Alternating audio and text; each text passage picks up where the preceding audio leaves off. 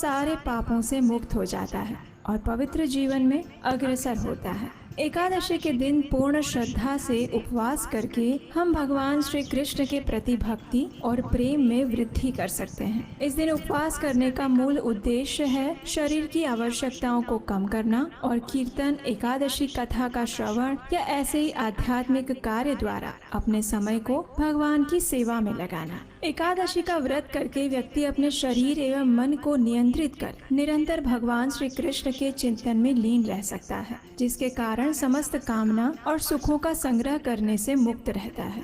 अब देखिए, किसी भी व्यक्ति को किसी भी क्षेत्र में निपुणता हासिल करनी है तो उसे कोशिश करनी चाहिए कि वह दैनिक अभ्यास करता रहे। जैसे कि कोई विद्यार्थी को अपनी कक्षा में अव्वल नंबर से उत्तीर्ण होना है तो उसे अधिक से अधिक समय अपने अभ्यास में ध्यान केंद्रित कर निरंतर अभ्यास करते रहना चाहिए। अतः आध्यात्मिकता में प्रवीणता पाने के लिए भी इसी प्रकार के अभ्यास की आवश्यकता है और आध्यात्मिकता में प्रवीणता और प्रगति प्राप्त करने के अनेक मार्गों में से एक मार्ग है एकादशी व्रत का पालन करना, जिसका श्रद्धा और नियम पूर्वक पालन कर हम स्वयं को भगवान की शुद्ध प्रेम भक्ति के मार्ग पर अग्रसर कर सकते हैं। तो ऐसे ही भक्ति प्रदान करने वाली एकादशी भाद्रपद मास के कृष्ण पक्ष में आने वाली अजा एकादशी है, जिसका पालन करके इस जन्म के तो पाप नष्ट होते ही हैं, अपितु साथ में पुनर्जन्म के चक्र से भी मुक्ति पाकर मनुष्य भगवान श्री कृष्ण की शरण प्राप्त कर सकता है। तो चलिए आज हम जान लेते हैं कि परम पावन अजा एकादशी कब आ रही है। तो सबसे पहले हम आपको बता दें कि इस बार भले ही एकादशी तिथि 29 को आ रही है, लेकिन एकादशी व्रत का पालन हम 30 अगस्त 2024 शुक्रवार के दिन करेंगे। और ऐसा क्यों है, इस विषय में अब हम विस्तार से शास्त्रों के प्रमाण के साथ चर्चा करेंगे। अब देखिए, अगर आप कहीं पर ये सुन रहे हैं कि अजा एकादशी इस बार 2 दिन आ रही है तो इसका एक विशेष कारण है, और वो कारण ये है कि इस बार की अजा या अन्नदा एकादशी वास्तव में पक्षवर्धिनी महाद्वादशी है। ऐसी महाद्वादशी वर्ष में सिर्फ 8 बार आती है और इसीलिए इस बार की एकादशी अत्यंत विशेष है। हरि भक्ति विलास में इस महाद्वादशी का वर्णन आता है। एकादशी तु संपूर्णा परतो द्वादशी भवेत्, उपोष्या द्वादशी तत्र तिथि वृद्धि प्रशस्यते।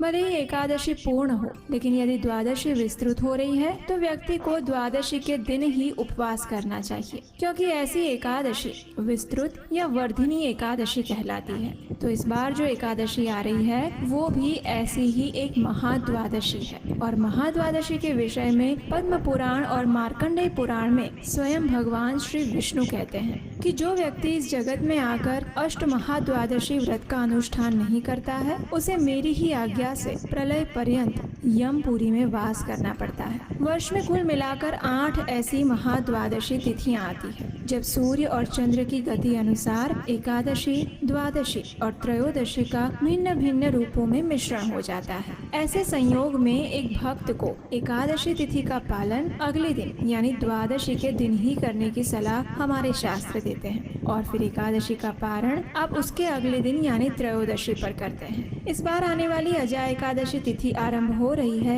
28 अगस्त 2024 बुधवार की रात 1:19 से, यानी कि 29 अगस्त गुरुवार के दिन, और समाप्त होगी 29 अगस्त 2024 गुरुवार की रात को 1:37 पर, यानी रात के 12 बजे के बाद 30 अगस्त का दिन शुरू हो जाएगा। लेकिन ये एकादशी, द्वादशी और त्रयोदशी तिथि को आगे चलकर अगर देखा जाए तो वे अमावस्या तक आगे विस्तारित होती जा रही है, और आने वाली चतुर्दशी और अमावस्या का मिश्रण भी इसी प्रकार हुआ है। और इसीलिए जब ऐसा संयोग उत्पन्न होता है तो शास्त्रों के कथन अनुसार हम एकादशी व्रत का पालन द्वादशी के दिन करते हैं। और यही कारण है कि इस बार आने वाली अजा एकादशी भले ही 29 अगस्त को है, लेकिन फिर भी एकादशी व्रत का पालन हम महाद्वादशी के दिन यानी 30 अगस्त 2024 शुक्रवार के दिन करेंगे। ऐसा करने से महापुण्य की प्राप्ति होती है। तो इस महाद्वादशी के दिन उत्तर भारत की समय सारणी अनुसार ब्रह्म मुहूर्त का समय है प्रातः 4:26 और सूर्योदय होगा 6:02 पर। ये समय सिर्फ उत्तर भारत के लिए है। अगर आप किसी और स्थान पर हैं तो अपने लोकल कैलेंडर के अनुसार ये समय चेक कर सकते हैं। इस एकादशी व्रत का पारण करने का समय है त्रयोदशी पर, यानी अगले दिन 31 अगस्त अगस्त 2024 शनिवार को प्रातः 6:02 से लेकर 10:19 के बीच में। तो इस प्रकार अगर आप वैष्णव परंपरा का पालन कर रहे हैं तो बिना किसी संशय को मन में रखे इस बार की एकादशी व्रत का पालन 30 अगस्त को ही करिएगा, क्योंकि इस बार की अजा एकादशी